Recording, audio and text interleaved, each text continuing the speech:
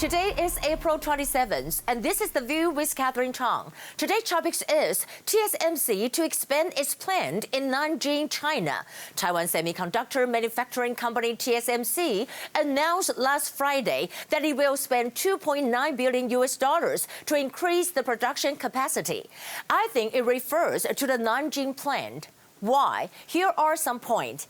A. TSMC mainly develops the 5-nanometer process in Taiwan. The expansion in Nanjing is the 28-nanometer process. I think the 28-nanometer process is less sensitive for the United States concern, and it can solve the shortage of auto chips as well.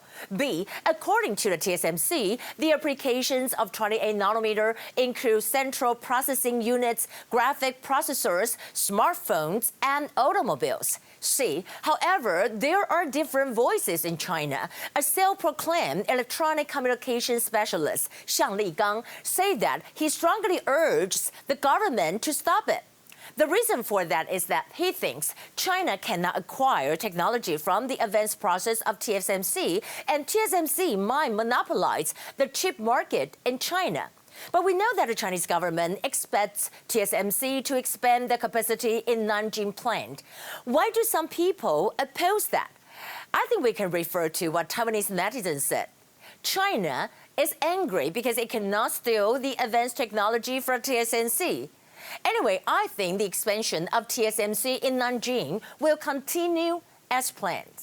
Here are the top stories. Today, we have 6 confirmed cases. One of them is a domestic case. She is the wife of one of the China airline pilots.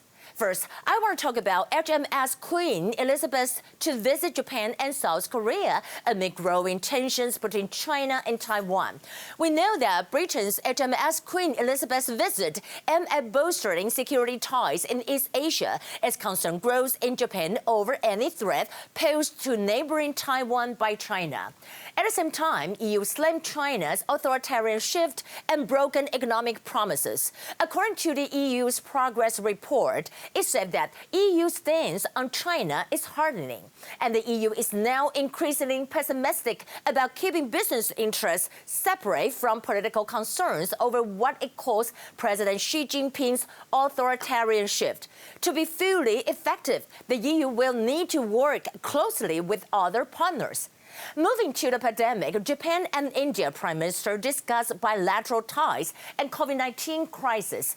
We know that the two leaders underscore the importance of working together to create resilient, diversified, and trustworthy supply chains.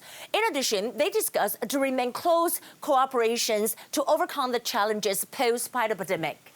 And we know that the COVID-19 crisis in India is devastating, where India reports over 350,000 cases daily, with nearly 3,000 deaths each day. It is estimated that India might see over 1 million cases each day by May.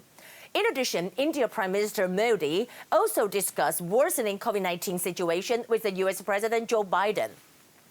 Biden spoke with Modi, committing that the United States and India will work closely together in the fight against COVID-19. Moreover, he pledged steadfast support of his entire administration for the people of India to fight against COVID-19 pandemic.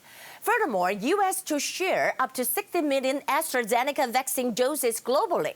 White House Press Secretary Psaki announced that the administration is looking at options to share American-made AstraZeneca vaccine doses during the next few months once the vaccine clears the federal safety reviews. In the end, Turkey announces its national lockdown. We know that Turkey's president said that all business would have to close down unless otherwise stated by the Interior Ministry. The measures will be in place until May 17. Well, that would be the view for today. I hope you have a nice night. This is Catherine from Taipei, and I'll see you again.